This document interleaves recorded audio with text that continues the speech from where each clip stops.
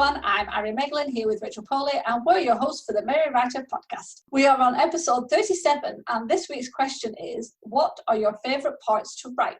Before we begin, don't forget to subscribe to the podcast wherever you're listening so you never miss a show, and if you enjoy our episodes, please give it a like. Okay, I am definitely going to say dialogue is my ultimate favourite part to write when I'm writing my stories. I love it when characters are connecting with each other, and I really love conflict dialogue. I'm probably one of those people that really likes writing arguments and like stressy moments when characters are throwing things down and slamming doors, and there's a lot of emotion going on. And I also find it one of the easiest things to write, and it helps to showcase my characters' personalities. I've always found that easier. I kind of struggle with descriptions. I just often move straight to the next dialogue scene with a little bracket in the middle saying, write description. And that's what most of my stories will look like. There's like lots of brackets throughout just saying, describe the house, describe the room, describe the scenery, describe the food. You know, little bits, but I get so bored of writing descriptions. And even small descriptions, I just get like, nah, I can't be bothered. So I just bounce from dialogue to dialogue to dialogue. And then I have to go back and spend ages writing the boring part. Which is annoying because I actually really enjoy reading descriptions. When I read a book, I'm not one of these people that will just bounce over descriptions to read other people's dialogue. I actually do enjoy reading the descriptions and letting that build the world. But apparently I don't enjoy writing it. So, you know, I'm the exact same way though. I have always struggled with writing descriptions, and like sometimes I won't leave brackets saying add description later because that personally bothers me. It just doesn't feel complete. So I will write the crappiest of crappy description in there and then make more work for myself later when I have to edit. But dialogue is one of my favorites as well because that's what I always excelled at. At least that's what other people have told me when they read my work. They always say that they really love the dialogue and how it flows really well and things like that. But I do love arguments or when characters are bickering or just like random dull conversations. I love writing that stuff. What would you consider is dull conversation? I kind of need to know that. I don't know, just like a regular, like a stupid conversation with characters, just like, I don't know, when they're looking at something, they're like, oh, look, there it is. And they're like, yep, there's that. Like, just like, you know how every once in a while when you're talking to a friend or a family member in real life and you just have the most stupid, ridiculous conversation, and at the end of it, you look at each other and you say, that was stupid. Like, why did we waste 5 minutes of our life having this conversation? I can appreciate that more now because we've just had work done on our house and we now have hot water if you turn the hot tap on like instantly.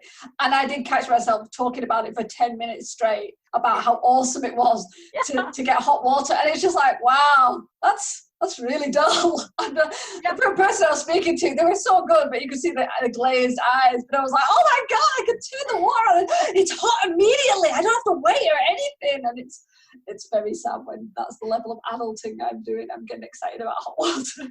But see, that's the thing. Like those types of conversations, they're so boring that they would like get cut from the book, but it's so true. Like we have these kinds of conversations in real life, so it makes it more realistic in some sense. I don't know how exciting it is to read, but I don't know. I can relate to it. I don't know if other people can. That's it. I was just thinking it's relatable, and that's the most important. You want people to be related to your characters. It's like, there you go. Right. That's brilliant. I think my second most favourite part to write, because we're not just going to cover our single most favourite parts, we're going to talk about a few. And my next one would be action scenes, but not fight scenes, which is probably weird. I like action scenes because they are dynamic, obviously, and they're kind of fun to read. And I think I don't like writing fight scenes because it's so easy to mess them up and they can read really clunky and over technical and way too long, which is what I found with some novels where they try and do fight scenes and they go so much in depth and they're talking about every single step and swipe of the sword or whatever. And you're just like, oh, it's you're not choreographing a movie. Just give me the basics, give me flashes of it, throw in some dialogue as well. But I do like action scenes. I do like, wow, all the action scenes have just gone right out of my head. chase scenes? Do you like chase scenes? Yeah, I like chase scenes. I like car chases. I love car chases. I like anything where people are like maybe running around trying to find something or trying to sneak out of a building that's being surrounded. Anything like that where it's a bit Jason Bourne-y kind of feeling without being the fight scene part, which is kind of most of the movie, really, isn't it? But yeah. I like that because, and that is obviously mostly descriptive. So I'm kind of flip-flopping on what I said about how I don't like writing description. I do like writing action description. That's what I like, just to mess with everybody. This episode's already all over the place. I am running on like 3 hours sleep in the last 2 weeks. So. Oh, good. We're going to get a lot done today. But I think action scenes, I enjoy reading them, but they're not exactly my forte because, again, with the descriptions, I'm awful at it. And if I ever write fantasy or superhero stuff, like those kinds of scenes, they're so boring, and I know that I'm going to have to fix them later in the editing because I've never picked up a sword before. I've never flown before. How am I supposed to write that? I don't know. And I have thought of like taking a couple of horseback riding lessons or taking a couple of fencing classes because I actually do have some of that near me, but I just haven't found the time or really the money to like pursue any of that. But action scenes, I like reading them, but I struggle with them so much. But what I do like to do is I like to write humor scenes. I think I'm funny. I don't know if anybody else thinks I'm funny, but when I first started writing, it was Ninja Turtle fan fiction, and I published it online on fanfiction.net, and people absolutely loved it, and they thought it was hilarious, so therefore I thought I was the funniest person ever, and that always stuck with me. And even my cozy mysteries can be classified as humor, which kind of goes back to my dialogue and having those stupid conversations. My characters, I wrote 1,000 words of a scene a couple of days ago about my characters arguing over a cupcake. So, and I was sitting at my desk and I was cracking up to myself, and my sister was asking me, "What are you doing?" I'm like, and I read the whole scene to her, and she thought it was funny, but I don't know if that was because she's my sister or if she actually thought it was funny. But I'm like, this is something that the editor is going to be like, why'd you put this in? This has nothing to do with anything. And I'm going to be like, no, it's funny because I say it's funny. It stays in. Oh, definitely. You can't be cutting out things like that. You need that. No, of course not. Now, what gets me is I love reading funny. One of the series that I loved was the Charlie Davidson series. Starts with, I'm going to say first grave on the right. No, I might look, I've got the title wrong. And it's a preternatural urban fantasy, and it's brilliant. And the humour in it is hilarious. Even though it's kind of got, there's parts that are quite serious and like, it addresses some really intense topics, such as like abuse and all sorts. It still has this weird humor and it's brilliant. Now, I think I'm funny. I don't think I write funny, though. I might say something that I think is funny, but I don't think I could ever write funny. I've tried it with one story that I haven't finished, obviously, because I haven't finished most of them. And it's okay, but it's so far outside of my comfort zone because most of mine they might have the odd little funny line, but most of them are quite serious. They're quite, like more drama-y. So the idea of writing humor is just, because I would sit there and I would be laughing and laughing. It's brilliant. And I know that most people would probably not think so. So I think it's great that you did that. You wrote funny and then you put it online and you actually got feedback and people loved it. To me, that proves that what you wrote was great and that people loved the humor in it. So that's totally fine. I don't know. I can imagine just missing the beat completely if I tried funny. I'm going to stick with serious drama. That's the hard part about it, is that you think something is hilarious and then you sit back and you're like, oh, nobody's going to think this is funny. This is just my kind of humor. Nobody else is going to like view it the same way I do. It's like when you text people and you write LOL but you have the straightest face ever. And it's like, oh, that wasn't funny, but they're not here to see. So, haha, good job. Like, Speaking of that, the number of times I've like said something in a text like to a family member that's obviously like supposed to be a joke, and then they've come back with a really serious response, and it's like, wow, whew, missed you completely, didn't it? It's like, I am obviously not funny. Yep. I even put a smiley happy face on it, LOL. It's like, still didn't get it. Never mind. Yeah. Right over the head.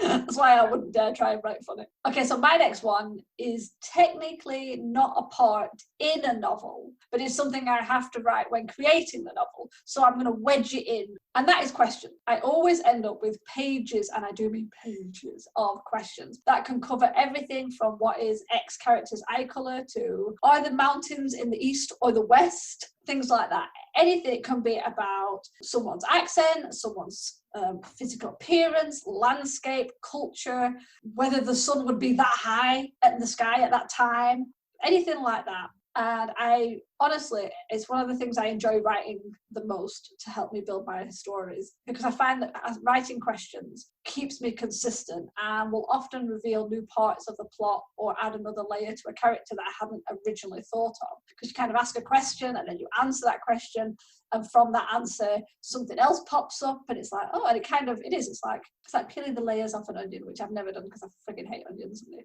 smell funny and everything. But yeah, that's what as I said, not really the same as a specific righty part, but I'm going to throw it in anyway because I couldn't think of another, obviously.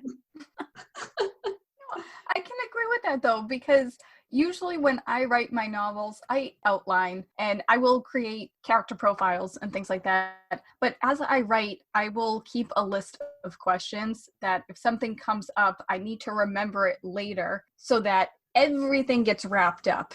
Because mysteries are hard and there's a lot to them. So I need to be able to answer a certain amount of questions by the end of the book. And if I don't, then I need to go back and fix something. But it also helps with the editing process too, because you can take a look at those questions and it just, like you said, it fleshes out your novel better. So I understand that. Then sometimes I'll just write questions and I'll be like, what is this? Why did I write this? When did I write this? Doesn't relate to anything. Yeah, exactly.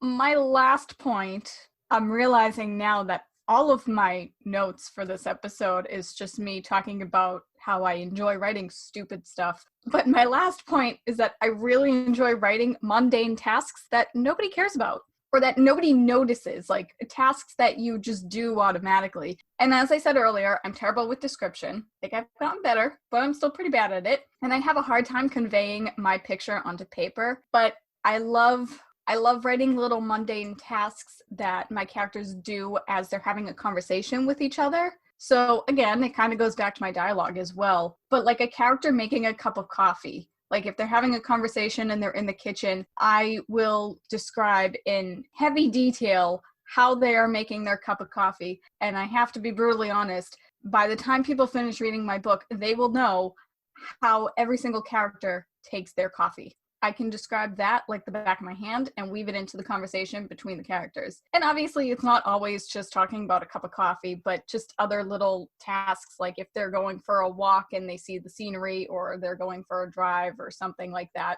And yeah, I just like to write those little dull tasks that you do automatically. And I add it into the dialogue, especially like using the dialogue tags and things like that. And it goes along with the dialogue and it kind of boosts my description a little bit. So I enjoy that stuff. I like that though. It's like you often find those, like she said, slotted in between dialogue, where someone's drinking coffee or they're checking a map or something, and it is small, but it is mundane. But it's, I don't know, they're like little fragments. They're like sprinkles on a cupcake. You know, they kind of add to it. Well, that's the thing. I mean, usually when you have a conversation with somebody, you're not just standing there having the conversation looking into each other's eyes. You're often doing something. I know, like, whenever I have to talk on the phone, God forbid, I hate talking on the phone. But if I ever have to, I'm up and I'm pacing and I'm doing something else. Like, I can't just sit down with the phone up to my ear and just have a conversation. I need to be doing something else. Well, to be fair, proof and point, we're sat facing each other on Zoom and I am messing with a pen. Doing my hair. Yeah. I do the same thing, and like I'll listen to Ari, and guys, I wish you could see the video, but if we ever watch this back, every time Ari's talking, I'm always fidgeting with something. I'm fiddling with my hair, or I'm rubbing my eyes, or just anything. I'm shifting my weight in my chair. And then when I talk, my hands are going all over the place. Like I can't. It is funny. I'm sure it is. You are very expressive. I'm just sat here like, banging pens on the table. I know. Which, if you can ever hear a click noise, it's because I'm putting the pen lid on and off, which is one of my obsessive traits. It's just like on, off all the time. So if you can hear that in the background. I mean, hey, we both have anxiety. This is it in a nutshell. Okay, so yeah, those were our favourite things to write in stories, which turns out to be dialogue, because let's be honest, who doesn't love dialogue? It's brilliant. It's bloody awesome. Action scenes, but not fight scenes, because, that's just me. I like to do things weird. Humorous scenes, questions that build up the story, mundane tasks that nobody cares about, but really add to the little extra pieces to the story, and the kind of, I think the class is flair, little bits of flair. So yeah, those are our favourite parts of a novel to write. We'd love to know what your favourite parts are. Share them in the comments on Twitter or using the hashtag The Merry Writer Podcast. We always love to hear from our listeners. Almost said readers. Wrong. Totally wrong. If you want to get some extra content, head on over to our Patreon page at patreon.com/The Merry Writer Podcast. You can support our show for as little as $1 a month and get some extra bonus content. Tune in next week for another episode of The Merry Writer Podcast, where we ask all the right questions. Thanks for listening. Bye. Bye-bye. This podcast is brought to you by Half Empty Notebooks. We keep buying more. The music, titled Inspired, is by Kevin MacLeod, licensed under Creative Commons 4.0.